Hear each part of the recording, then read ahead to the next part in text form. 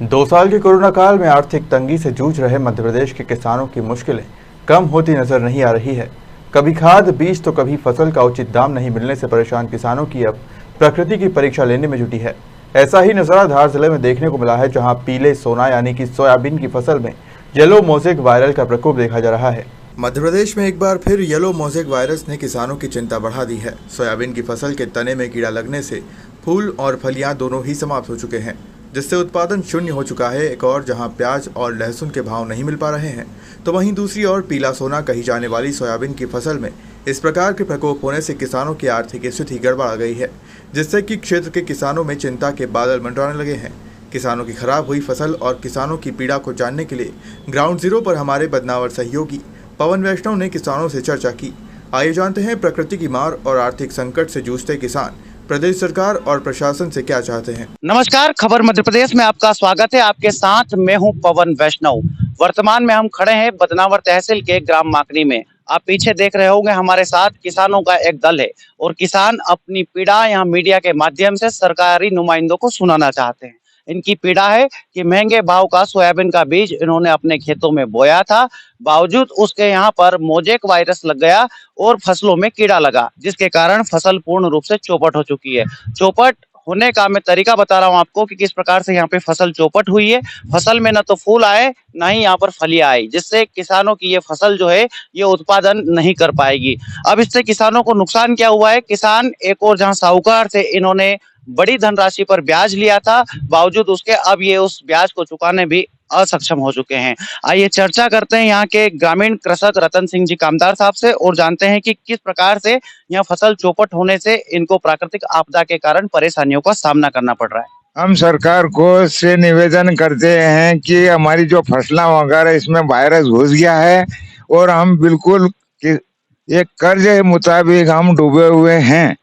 इनके बावजूद हमारा मतलब ये निवेदन है कि जो फसलें हैं ये आप आंखों से देखिए जाए और प्रशासन से निवेदन है कि देखो साहब, हमारा ये जो फसलें जो रबी ये वायरस से घुसा हुआ है, इससे हमारा नुकसान हुआ है। इसमें हमारा पेमेंट पाछा डबल में खेती में कृषक का हिसाब से हम इसको कैसे सुधारेंगे, ये हमारा निवेदन है। तो किस प्रकार से किसान अपनी पीड़ा अपनी व्यथा सुना रहे हैं कि जिस प्रकार से इनकी सोयाबीन की फसल चौपट हो गई है, तो पूर्ण रूप से यहाँ उत्पादन ही नहीं हो पाएगा।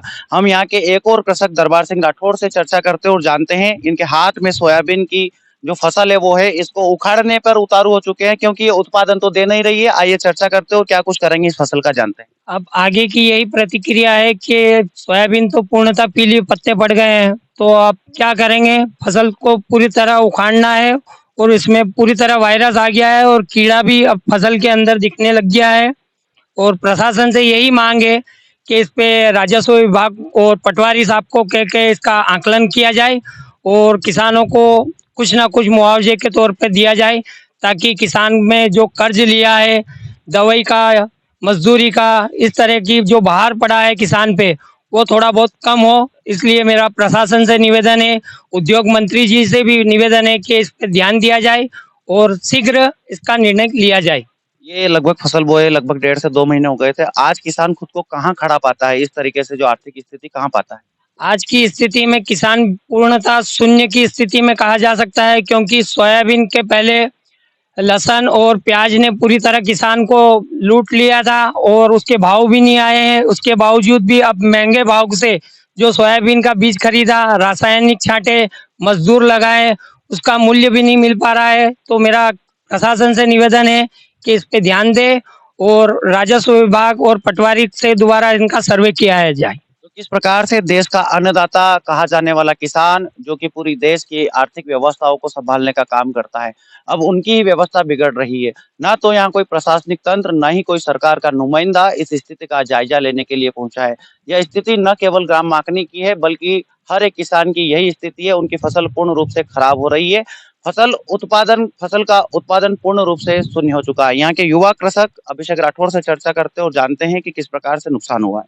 यहाँ पर नुकसान तो बहुत बड़ी संख्या में हुआ है, क्योंकि जो एवरेज जो 4-5 कुंटल बीघे का सोयाबीन का निकलता है, इस बार शून्य हो गया। वो करीबन 10-15 किलो भी नहीं निकल पाएगा, क्योंकि पूरा येलो मोज़ेक वायरस के कारण पूरी सोयाबीन नष्ट हो चुकी है, जिसके कारण कृषकों को भारी जो लोन ले रखे, किसने कर्ज ले रखा है, वो कर्ज तले दबा हुआ है।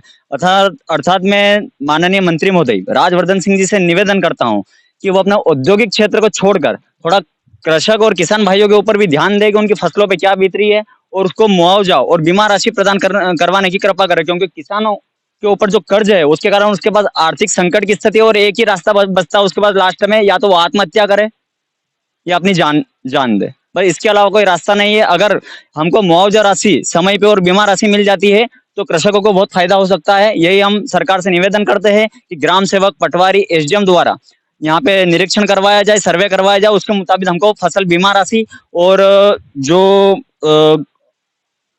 राहत राशि दिलवाई जाए। तो किस प्रकार से यहाँ का किसान एक ही मांग कर रहा है कि सरकारी नुमाइंदे यहाँ धरातल पर पहुंचे, इसका सर्वेक्षण निरीक्षण करे, राहत राशि, बीमा राशि या मुआवजा राशि किसानों को दे। एक और जहां देश की मोदी सरकार और प्रदेश की शिवराज सरकार किसानों के लिए जन कल्याणकारी योजना चलाने का दावा करती है, उसके बावजूद देखा जाए तो सरकारी और प्रशासनिक तंत्र का कोई भी अधिकारी धरातल पर नहीं पहुंचता है, न ही किसानों की इस दयनीय स्थिति का जायजा लेता है, जो कि किसानों के लिए और आम जनों के लिए भी चिंता का विषय है। कैमरा पर्सन दरबार सिंह सिसोदिया के साथ पवन।